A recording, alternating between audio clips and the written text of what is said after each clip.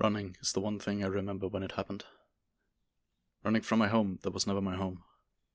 Running from friends and family who claim I never existed. Running from the life that was mine, but fell through my fingers as it crumbled around me. I became a stranger in my world, and the world became a stranger to me. Not having an identity, drifting through life, never being able to stay in one place for longer than a few weeks before I find myself somewhere else. I don't even have control over my destinations. I go to sleep in Paris and wake up in Chicago with no idea how I even got there. But one day, I woke up on a train platform that shouldn't have existed. I had been spending the last few weeks here in Hokkaido, and I knew there wasn't supposed to be a train station here. Least of all one whose tracks were 2 feet below the waterline. But once the train pulled into the station, settled, and opened its doors, I felt a strange pull, almost like it was calling to me. For once, it seemed that I could almost see a path forward in my new existence. So, I grabbed my small pack of clothing and essentials, and boarded the train. My first trip on the Lampeter network, though I had no idea where it might take me. And nobody on a train to nowhere. Hello there, Agent Benetti. A pleasure, as always. I hadn't even taken stock of my dining partner as I found an empty seat in one of the Lampeter train's dining cars, but I recognized them immediately. The stranger I keep meeting in liminal spaces, transitory areas such as trains, airports, and the like. The Lampeter network appears to be a favorite of theirs. I suppose I should extend the same courtesies. A pleasure, my friend. I realize you've never shared your name with me. Ah, yes, I haven't. I suppose it's because I respect you too much to lie to you. Lie to me? I don't have a name. I certainly lie and use some to blend in. Blake, Rory, Quinn, and so on. It helps if I should find myself running into someone multiple times. Pretend we've never met, give a new name, learn new things about them. A member of the waitstaff arrived to take my order, and I regarded my companion's meal for a few moments. Is that a pulled pork sandwich? Oh, yes, but it's made from a kind of boar in Universe Lambda 36. It's from their version of Brazil, and feeds on a native pepper that is quite spicy. That spice gets built up in their muscle, and that's why they call it javali picante. It's not waffles, but it's still quite delicious. I ordered the pulled javali picante sandwich. So, what are you doing here this time? Should I have a reason to want to enjoy the sights and interdimensional food that the Lampeter network offers? Just look at that view, Agent. I had to admit, they had a point. As the train rolled through Universe Gamma 842, we were treated to the rolling landscape of the great northern savanna. A herd of gazellodon could be seen lazily wandering across the grasslands and grazing on choice patches of grass. Just over a nearby ridge, the head of a leopardsaurus could be seen poking out to study the prey animals. It does have a certain charm to it, doesn't it? They just offered me a bemused smile, before taking a moment to dig back into their meal while I patiently waited for my own food to arrive. As they ate, I sat, sipped at my gin, and watched the prehistoric landscape drift by. I saw the leopardsaurus sprinting over the ridge and barreling toward its prey just as my companion spoke up again, taking my attention away from the fate of the prey. Do you ride the Lampeter network often? Oh, no. I'm on an assignment as a liaison to another foundation. We're to collaborate on investigating a strange individual who only shows up in liminal spaces. The sudden realization slapped me on the cheek as I stared at the stranger across from me. They simply set down the silverware and offered me a cheeky grin. Oh, you're going to Omega 432? Do give my best to Agent Oliver. She's been chasing me for quite a while now. Rules of civility in this dining car were almost forgotten as I rounded on them with a stern tone. Are you fucking with us? You know we will catch you if you are a threat. Oh, I have no delusions that you all could snatch me up. Eventually. That is why I am not, as you said, fucking with you. Nor am I a threat to any form or iteration of the Foundation. Like many of the people you jailers round up, I simply wish to live my life in peace. My companion waved a hand around to gesture to the surrounding train to emphasize the words. This right here. This is all I desire. To meet others in these liminal spaces where my identity isn't that important, and I can get to know their stories. I'm not some entity of destruction, Agent. I am a traveler, a wanderer, a lover of people and their stories. They offered a subdued gesture to turn my attention to a couple a few seats away from us. For instance, that couple? She's from Beta 249. He's from Omega 019. They met here on the train a few years ago as each fled the jailers in their own dimensions. They took comfort in each other when they met right here in the dining car, and spent that night sharing drinks and stories. And they've been together ever since. Quite the beautiful story, no? They gave me the chance to study the two for a few moments as my companion took a drink. The couple looked so happy. A small tinge of jealousy sprang up within me. Those two ride this train every year on the anniversary, you know. Just getting a sleeper car and riding the rails. Usually they find a stop that looks interesting and safe from you jailers, and spend a few days in that universe. Other times, they simply ride one way for a while, then ride back to the home universe. A sudden look of anger flashed over the stranger's face as their mood turned, but their wineglass quickly hid the expression as they spoke into it before taking a long drink. Are you going to haul them away now? Report them to their respective jailers and have them locked up for daring to exist? The sudden accusations weren't unusual for me, but something about my companion's reaction. I don't believe I had seen that kind of vitriol from them before. As long as they do not threaten the whale, I see no reason to do so. Why are you giving me the third degree here? That look of anger didn't disappear as they roughly set their wineglass down. Oh, perhaps because so many foundations keep trying to lock up myself and my counterparts across all these possible dimensions? I sensed that our meeting was coming to an end as the peculiar person before me lightly wiped their mouth with a napkin, tossed it down, stood, and regarded me with more anger than I'd ever seen from them before. I lied to you earlier, Agent. I have a name. One you might recognize well. Nobody. With that, the nobody walked out of the dining car, leaving me to consider the report I'd now have to write up, and the mountain of scrutiny I'd soon be under. This last meeting with Agent Benetti was our 6th time crossing paths, I believe? Maybe 7. It's hard to keep track sometimes. Though I don't believe they were aware of the first 2 chats we had. Still, it was only now that we were both noticing our connection, if one could call it that. It's been very rare that I meet the same person more than a couple times, much less 6 times. I'm not sure if there's any meaning to this new pattern in my strange life, but I have to admit that a part of me is looking forward to seeing them again. The network has been the only real consistency I've known since I became nobody. Could it be that the Foundation is secretly chasing after me? Was Benetti feigning ignorance with me as he kept tabs on me? Or is there nothing nefarious about Benetti at all? Could it be as simple as the fact that I now have a friend? The focus of my work shifted once it was confirmed that the entity our Foundation agents kept reporting on the Lampeter network was indeed a nobody. I've been assigned a liaison with this SCP-7005 research team for the time being, and have spent much of my time simply traversing the Lampeter network through the dimensions. Primarily by train, but many times I found myself sleeping on buses stuck in weeks-long traffic, lazily drifting through the skies on a hot air balloon, or even spending a week riding horseback to reach the next Lampeter station. The network truly is something else. As much as I am enjoying seeing these wonders of the multiverse, it has been months since my last interaction with nobody. At this point, I'm almost certain they are purposefully avoiding me. Not that I blame them. From the reports on the numerous nobodies the Foundation has kept on file, it is obvious they aren't exactly a coordinated group. Certainly, some work together when they meet each other, but most appear to be independent operatives. Ones whose goals and methods vary wildly. Some are simply observers, trying to find some semblance of the person they lost. Others are far more active in their attempts to be somebody, and return to who they once were by pulling the strings of the world that ripple out into significant movements. Small actions that become big events as if the nobody is screaming out, "Here I am, I exist, I'm somebody." This nobody, though, appears to belong to the observer group. My few conversations with them suggest they simply wish to get to know other people and understand their lives. Almost like a collector of stories. They may be gathering information for some group of interest, or even just for their own schemes. But perhaps they simply get a kick out of learning about other people's lives. I also have to wonder, are they lonely? Could it be as simple as these fleeting connections in liminal spaces are the deepest connections they can make? Does the network allow them to be considered a somebody on some level?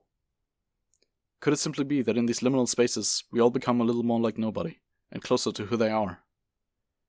As this particular nobody keeps coming to see me, I have to ask, what do I mean to this nobody? Then another question comes to mind. What do they mean to me?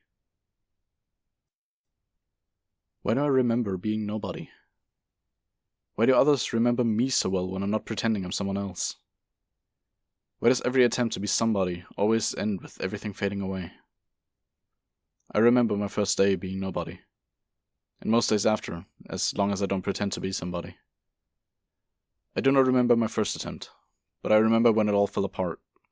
As soon as I was reminded that I was nobody, my lack of a sense of self slapped me in the face. Does that mean that nobody is who I truly am? Maybe not a lack of a self, but a refusal from the universe to allow me to be somebody. As long as I go along with it, I get to, at the least, be nobody. I'm tired of trying to philosophize my own existence. I'm going to keep pushing myself to try to be somebody, but I'm beginning to feel as if I am simply screaming into the void. It was around the stop for Universe Echo 679 that someone lightly roused me from my sleep. A lightly smiling nobody greeted me, sitting next to me with a mimosa in each hand, one of which was being offered to me. Perhaps it was risky to trust them, but I took the offered drink, clinked glasses, and toasted. A votre santé. To my health, eh? How about la santé des animaux? To the health of the abnormal? A soft sigh slipped from my lips, much to nobody's amusement. Still, I drank to the shared toast. So, you're purposefully visiting me now instead of us having chance meetings? Well, you are the only agent in all the multiverses assigned to follow me right now, since Agent Oliver was reassigned to another nobody. So I figured I should check up on you every now and then, when chance throws us together. A curious look crossed my face at that. When chance throws us together? You're telling me you aren't in control of where you end up? Mostly, yes. A part of my condition, I imagine.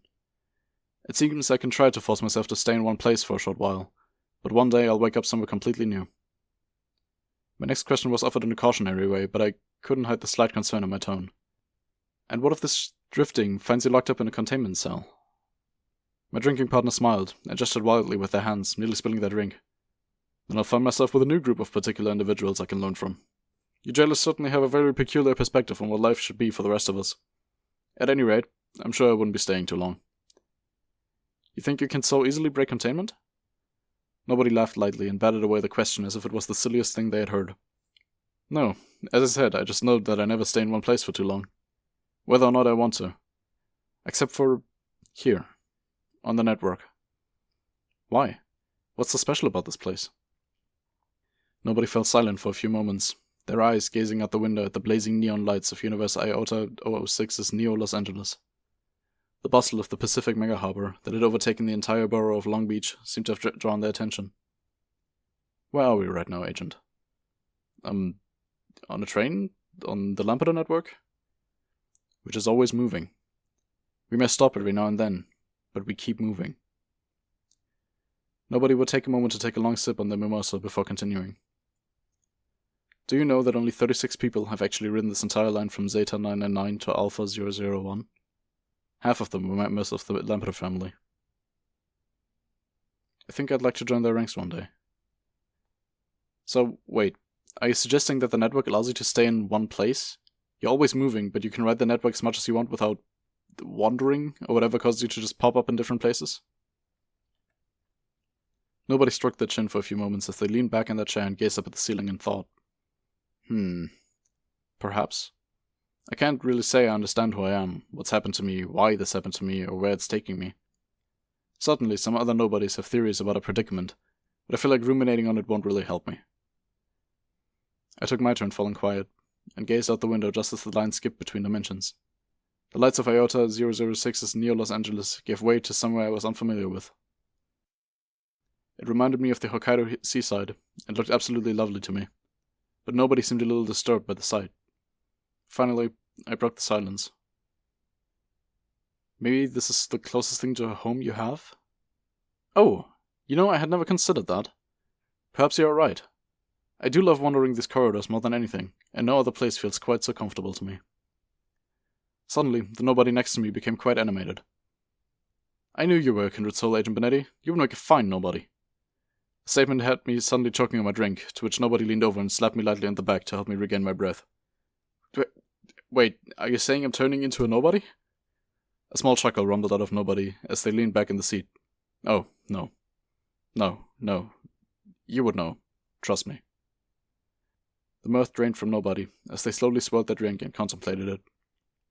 One day, you'd wake up, sure of who you are, until you try to remember your name, and find you can't recall. Did you ever have one?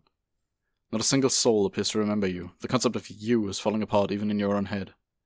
Friends, family, and your favorite bartender, all have forgotten you. And you can only find faint traces that you even existed. Then those traces slowly fall away, tumbling out of your mind until there's nothing. That is when you realize who you are, Agent. You are nobody. And that is all you can ever be. We spend the rest of the ride in silence, contemplating our drinks and nobody's words.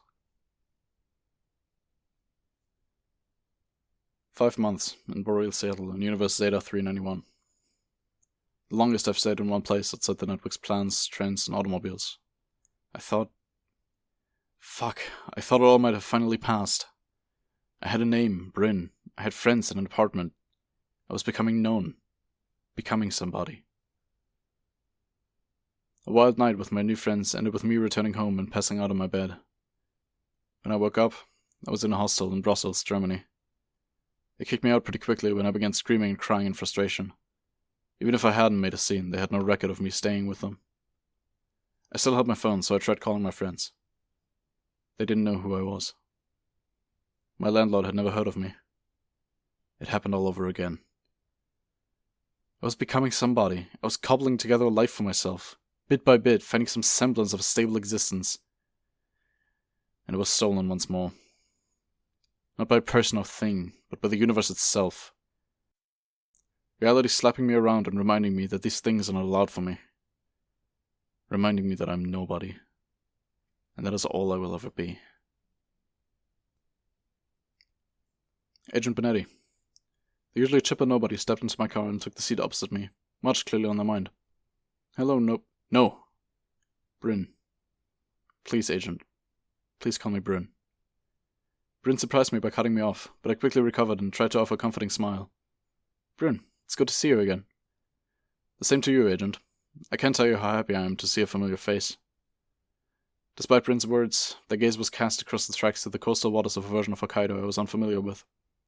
A pair of whale otters created enormous waves as they splashed around and played together. After a few minutes, Bryn finally broke the silence. Why do you think we keep meeting? I'm not sure. At first I thought you just liked something about me, but you've said you aren't really in control of where you end up. Maybe... I let the thought linger for a few moments. Maybe you're beginning to understand what it is to be somebody, if only a little.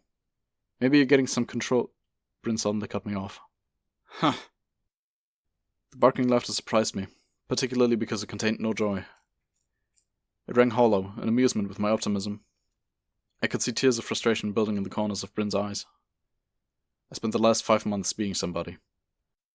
I lived in Zeta 391's Boreal Seattle. I had friends, a home, a life. This is the first time I've been back on the network since we last spoke.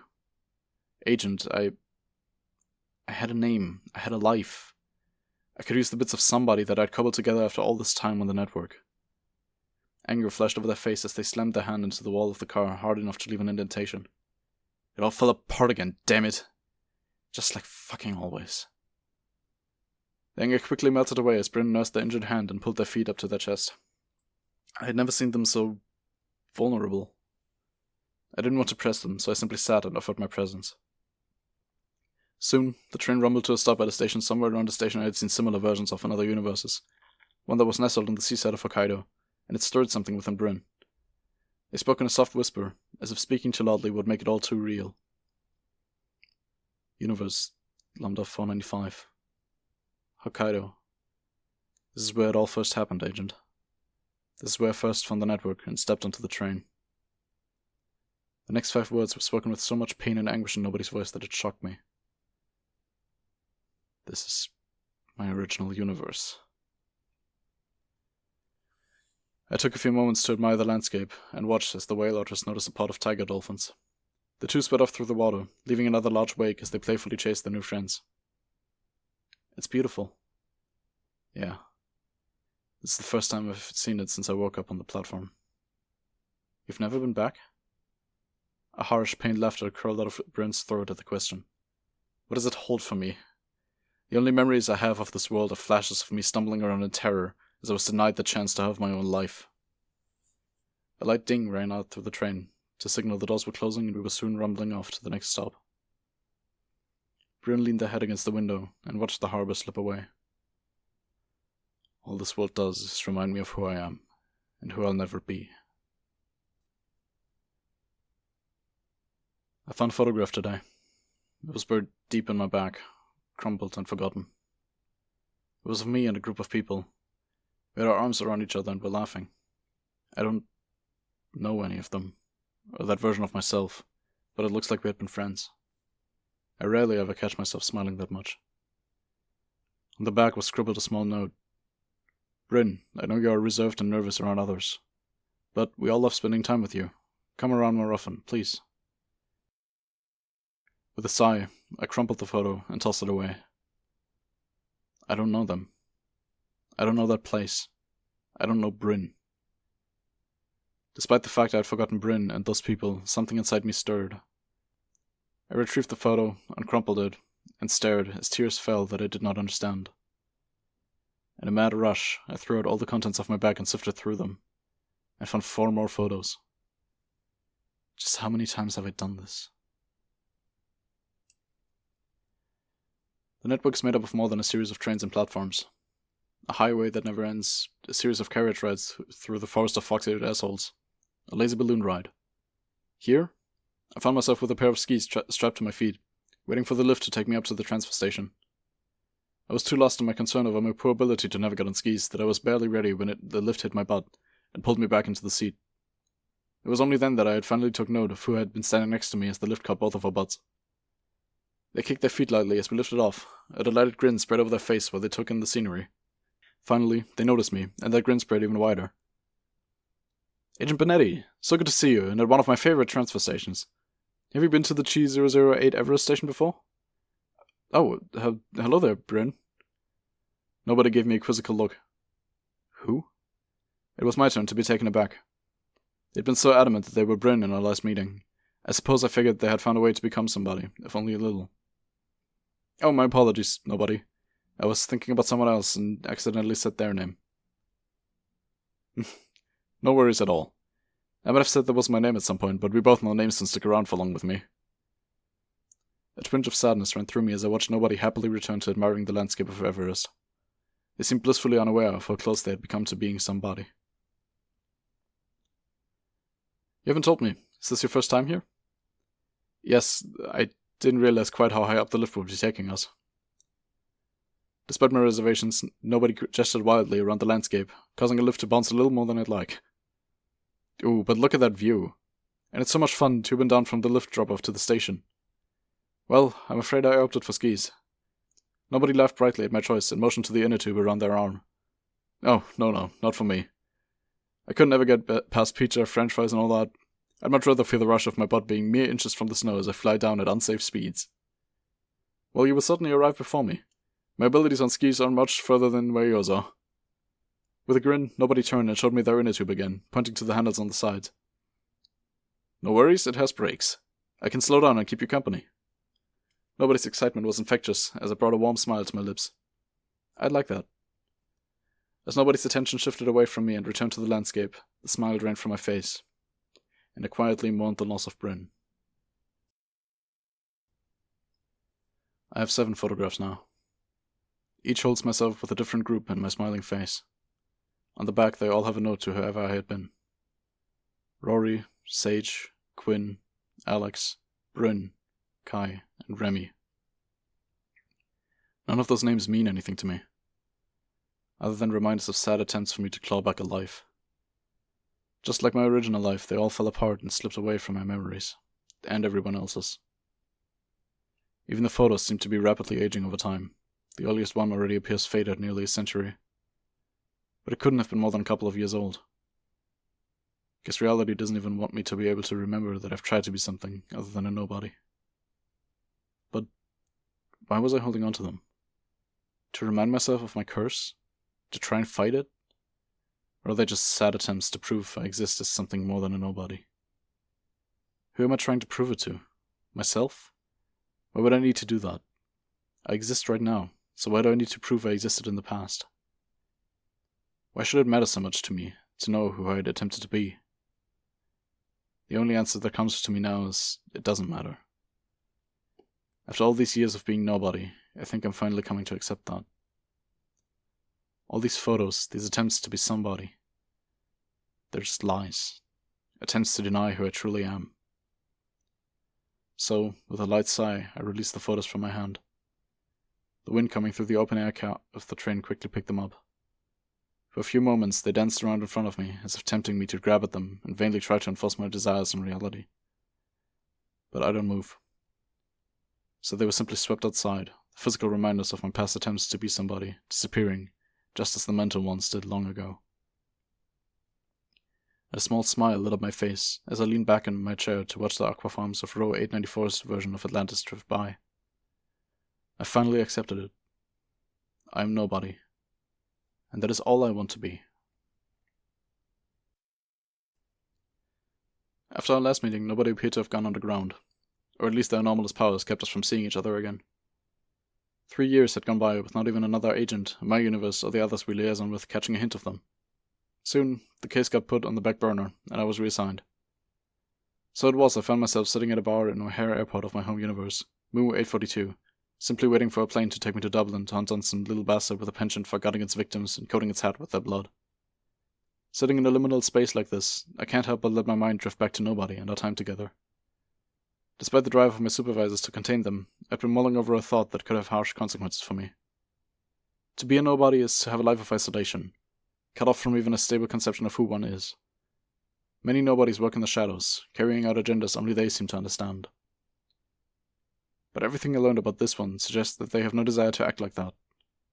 They do not want to make a large impact on the world in an attempt to prove they exist. They simply wish to find some form of human connection, even if it is incredibly fleeting. Just something to make them feel alive, real, and noticed. So it was that I found myself flagging down the bartender as the seat next to me was taken. I ordered 2 mimosas, one for me and one for my drinking partner. We didn't even say a word at first, simply waiting for our drinks before taking a moment to smile and clink our glasses lightly. "The Santé des Animaux," they said with a cheeky grin. With my own cheeky grin, I offered a toast I had been preparing, should I ever meet them again. "À votre santé, ne passons,"